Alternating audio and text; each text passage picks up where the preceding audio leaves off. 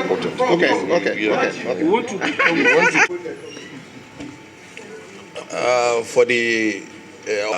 we want to bring it to an end, the issue of our running, and of course, as you are aware, there's been issue of the joint ticket.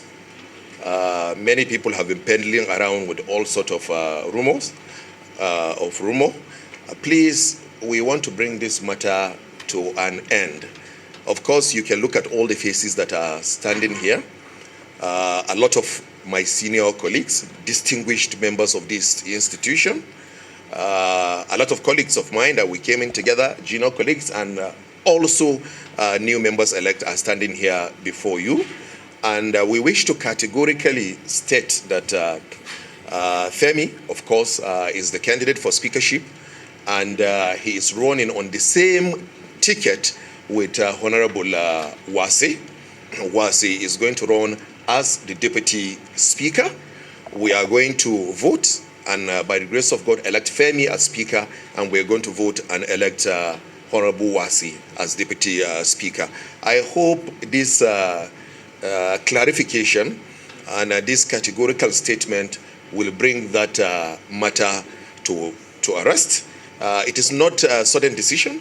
It's a decision that involves extensive consultation. We talked to ourselves, consulted with our elders, with our leaders, and of course, consulted extensively with members that are going to constitute the 9th Assembly, and we've arrived at that position that we are putting forward Femi and Honorable Wasi as our team in the next in the 9th Assembly. Secondly, and equally very important, we also wish to inform you, and it is our pleasure to do so, that at this moment we have the numbers to win the election on the 10th of June. In the last 6 weeks since we started our activities, we have applied different kind of models to check our numbers, to weigh our numbers, and all the instances where we applied different options, different practical options, different options that are verifiable, that are scientifically verifiable, we have arrived at a very comfortable number that will win us the election. The last was the exercise that we did, which is still ongoing. Even at that, we have gotten all the numbers that we require. The last approach that we adopted is for members to confirm in writing who they are going to vote. And we are here to let you know that we have the numbers already to win the election on the 9th. And interestingly, we also have large number of members from the PDP and other opposition party who have also indicated interest, written interest, that they are going to be with us. And with the kind of approach that we've adopted, diplomatic shuttling, talking with the opposition party members, reaching out to them, and of course assuring everyone that we are going to run, Femi and Wasi in particular, are going to run an all-inclusive house. We believe that we'll be able to get more members from the PDP and other opposition party joining the train at some point. But for now, we have a very comfortable margin. And I was joking with my colleagues earlier today that if not for the fact that we will want to keep our guards on until the 10th of June, I would have asked all our colleagues to go on holiday and sleep and come back on the 10th, and because victory is certainly ours.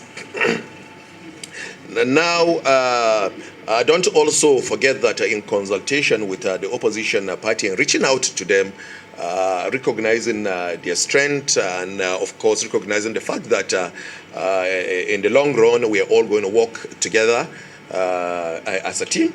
We also involved the stakeholders of the opposition party, the leaders of the opposition parties, their elected officials like governors and the rest, all in the process of this lobbying, which is an integral part of parliamentary system.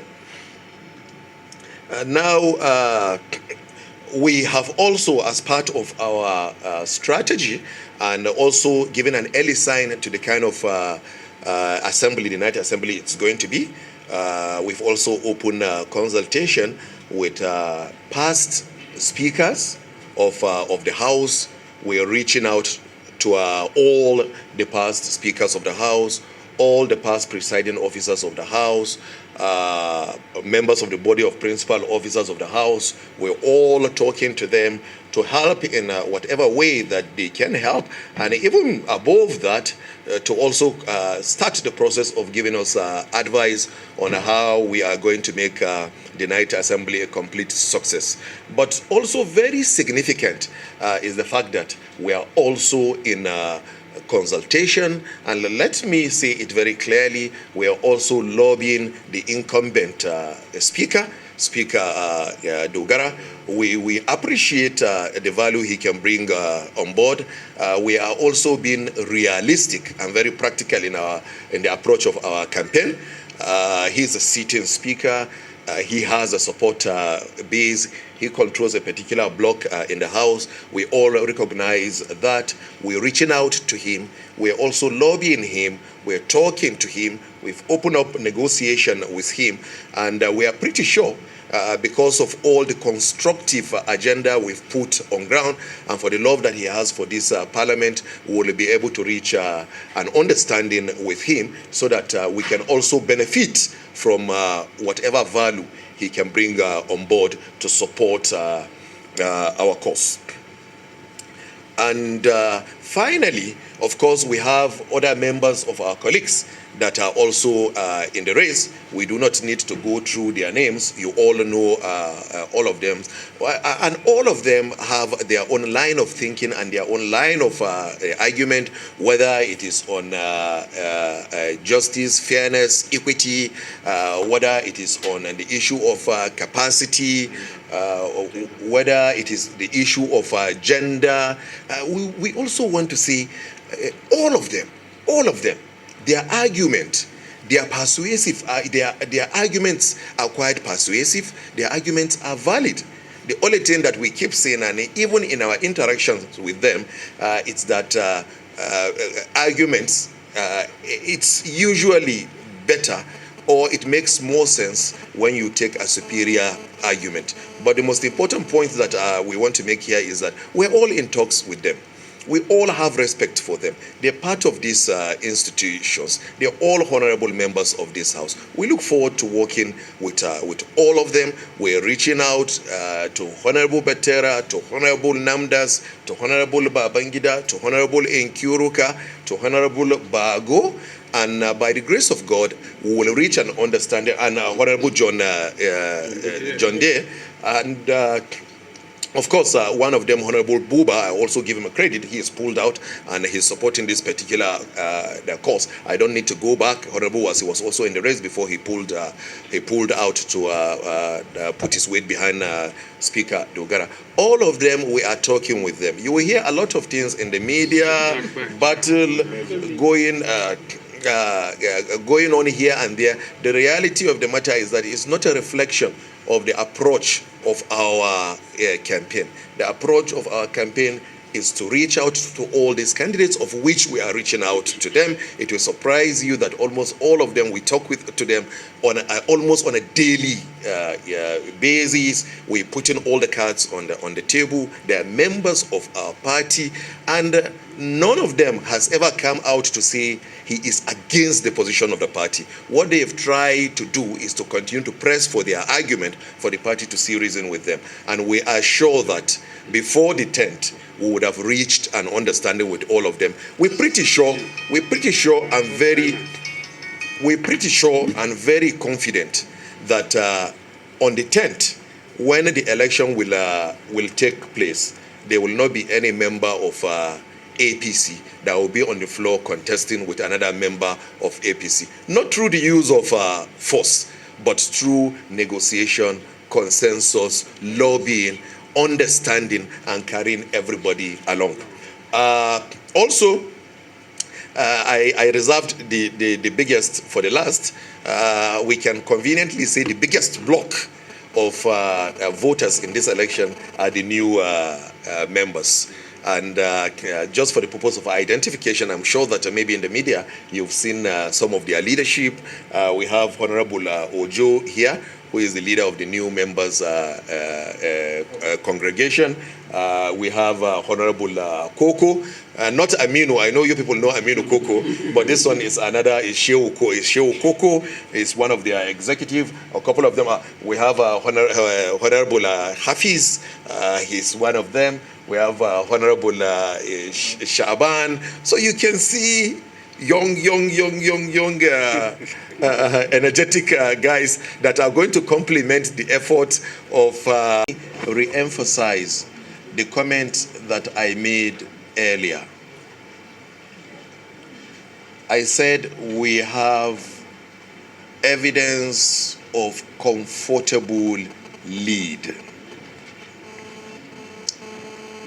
And if not for the fact that we must be on our guard, it means that we are not taking it for granted. I would have, I did not say I will ask.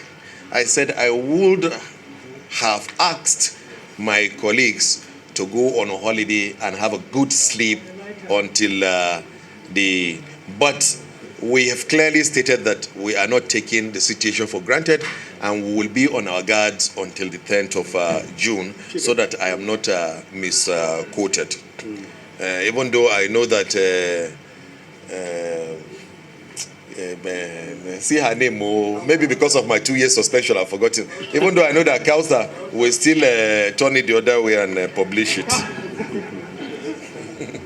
Okay, prove to me you will not turn the story upside down.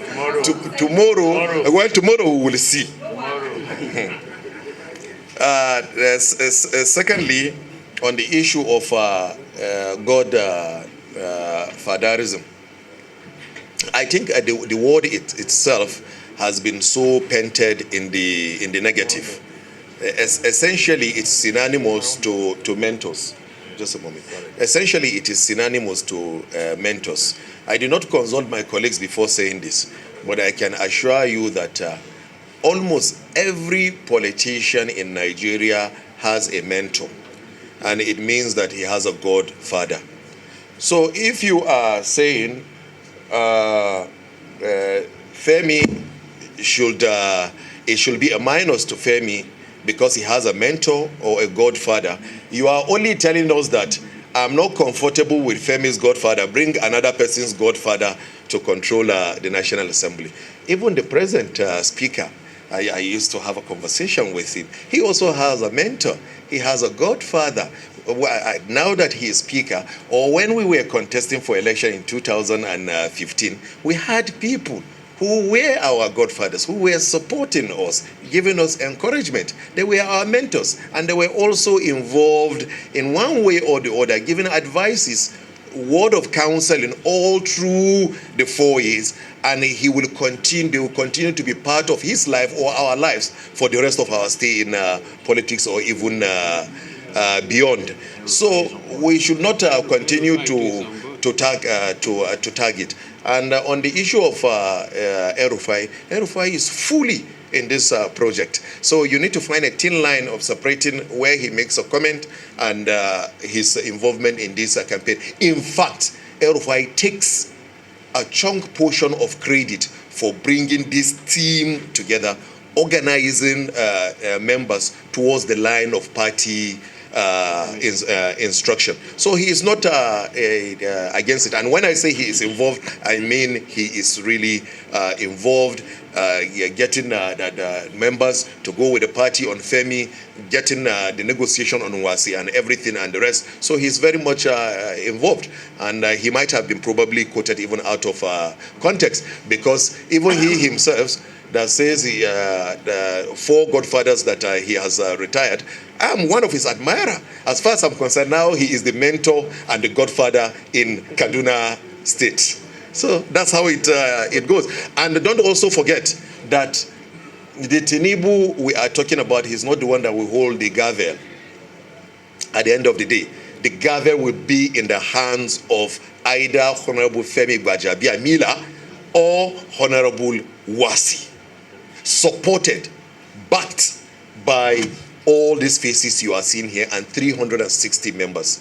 And let me conclude by saying, and I have said it repeatedly, no individual in the history of this country that has ever controlled the House of Representatives. No individual. It has never happened in the past. It's not happening in the present, and it will not happen in the future. You cannot. And don't forget, Femi is a thoroughbreed.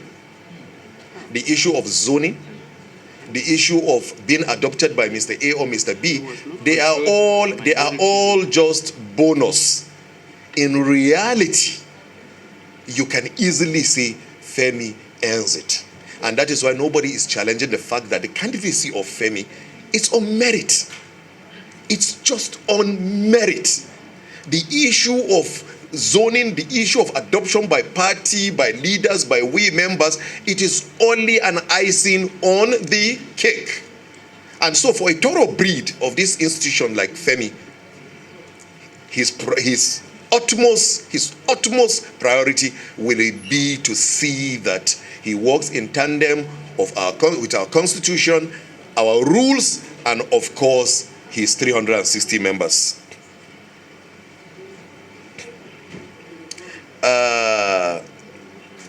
So someone asked, one of you asked a question that we're talking about. We had 178 members, and today we are saying we are consulting Dogara Demo. And I think the statement itself is an answer to itself. We've said we have the number, but we are not going to let our guide. So when you say you are not going to take situation for granted, what does that mean? It's like when you wash a cloth and you are sure it's clean. And you said before the day you are going to present it to the public, you don't want it to be dirty. So what you try to do is every day you go through it again, you wash it. Every day you go through it again, you wash it. That's essentially what we are doing. Try to make sure that those who are not already in to come in. Those who are in do not go out. That is what it means by standing on your guards. On the 178 numbers, it's fact. Nobody has disputed it. It's essentially an adoption by the new members. Just note it, the 178 is only even the new members, not even across the parties, not even the older membership. Now, a member of the core asked the question of a Muslim ticket, and just even before they started this, we were having a conversation with a senior colleague of mine whom I hold in high esteem, and he was even giving me some parliamentary history that you can take it. There's been a precedence, and don't forget that even in our rules in the parliament, where there is no law, precedence takes effect. So there's even precedence. And he wanted to take me back to the pre-independence, to the post-independence. But I said, no, bring it closer. So he took it from the Second Republic, where Joseph Wyers was the Senate President, and of course, and Omoyeze was of course the speaker.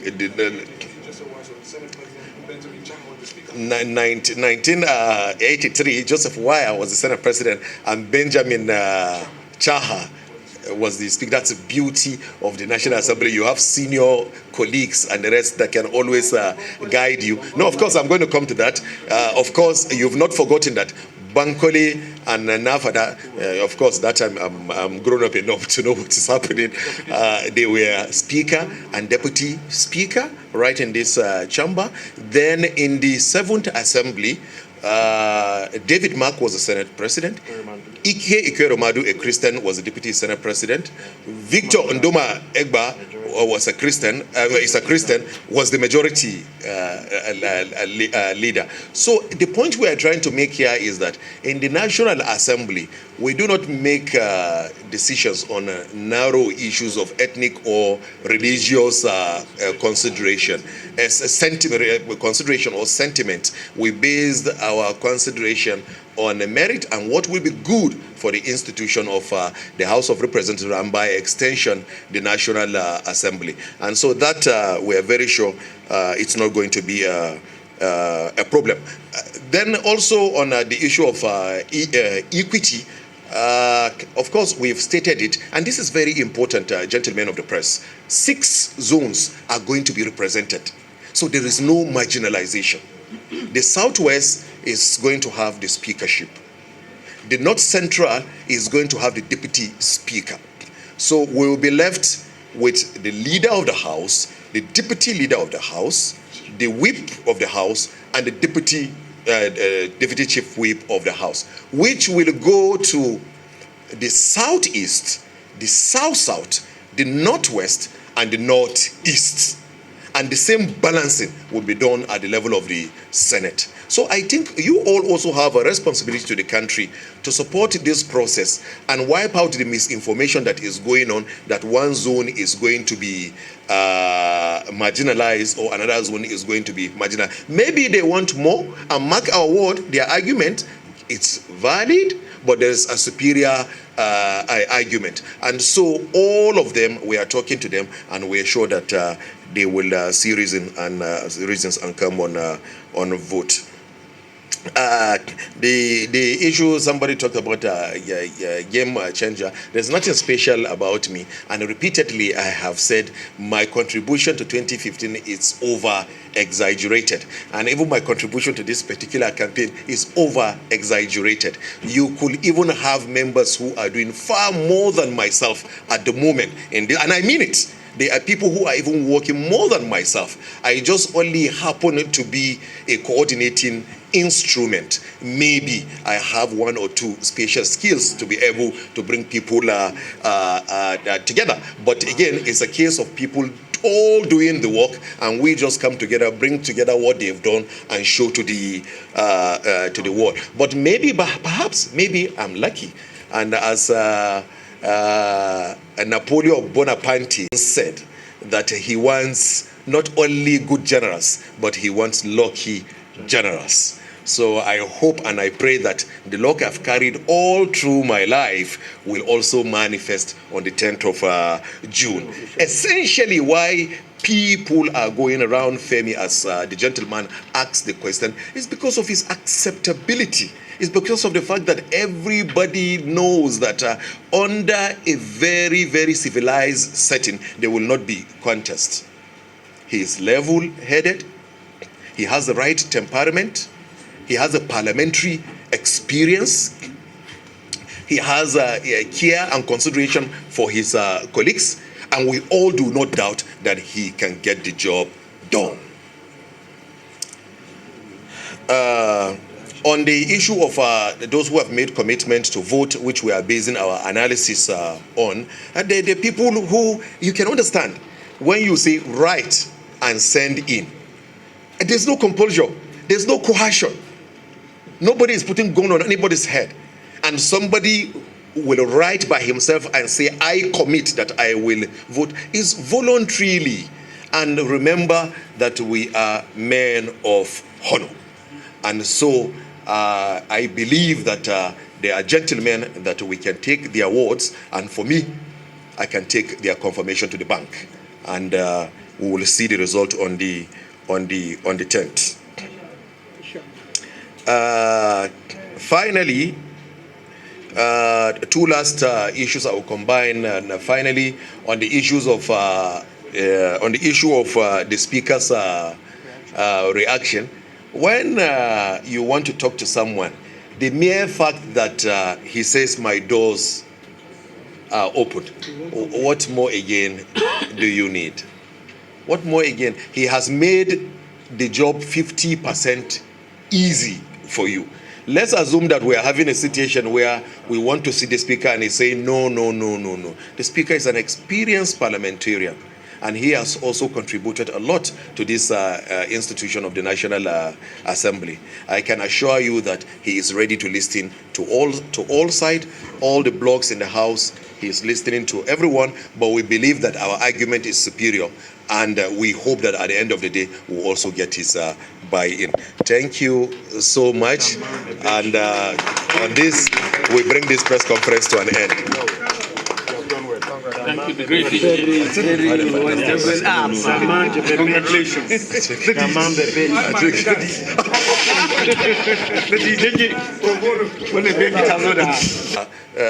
Those old men that will still be in the system, as some of us are on our way out of this institution that has given us so much to be proud of. I thank you very much, honorable